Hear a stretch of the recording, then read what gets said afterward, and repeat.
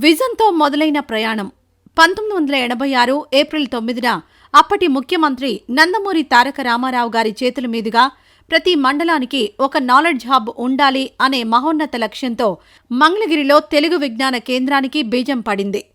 1993లో ఇది పౌర గ్రంథాలయంగా సేవలు ప్రారంభించింది.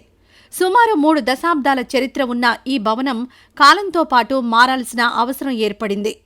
విజ్ఞానాన్ని భవిష్యత్ తరాలకు అందించాలంటే దానికి మోడ్రన్ టచ్ తప్పనిసరి. ఈ ఛాలెంజ్ను స్వీకరించారు మంగళగిరి ఎమ్మెల్యే మంత్రి నారా లోకేష్.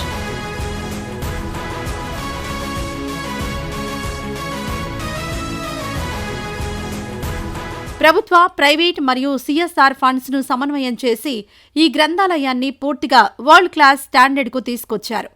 అత్యాధునిక ఇంటీరియర్స్, నాణ్యమైన ఫర్నిచర్తో పాటు ఇక్కడ ప్రతి గది ఇప్పుడు చల్లని ఏసీతో నిండి ఉంది. మరి లోపల ఏమేమి ఉన్నాయో చూద్దాం.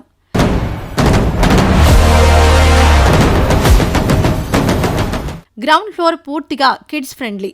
చిల్డ్రన్స్ ప్లే ఏరియా, ప్రత్యేక రీడింగ్ రూమ్, అలాగే పత్రికల కోసం ప్రత్యేక జర్నల్స్, న్యూస్ పేపర్ రూమ్ ఉంది.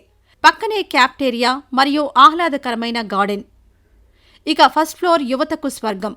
ఇక్కడ మనకు ఈ లైబ్రరీ, డిజిటల్ రిసోర్స్ సెంటర్ ఉన్నాయి. అంతేకాదు విద్యార్థులకు శిక్షణ ఇచ్చేందుకు గ్రూప్ డిస్కషన్స్ కోసం 2 టీచింగ్ హాళ్లు, స్టడీ రూమ్లను కూడా సిద్ధం చేశారు.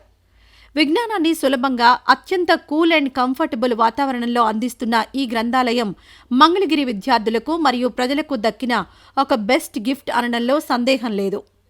ఈ వీడియో నచ్చితే లైక్ చేయండి. అలాగే మా ఛానల్ని ఫస్ట్ టైం కనుక చూస్తున్నట్టయితే ఇప్పుడే సబ్స్క్రైబ్ చేసుకుని పక్కనే ఉన్న గంట సింబల్ ని యాక్టివేట్ చేసుకోండి. అప్పుడే మేము పెట్టే ప్రతి వీడియో మీకు నోటిఫికేషన్ గా వస్తుంది. అలాగే ఈ వీడియో పూర్తిగా చూసినందుకు ధన్యవాదాలు.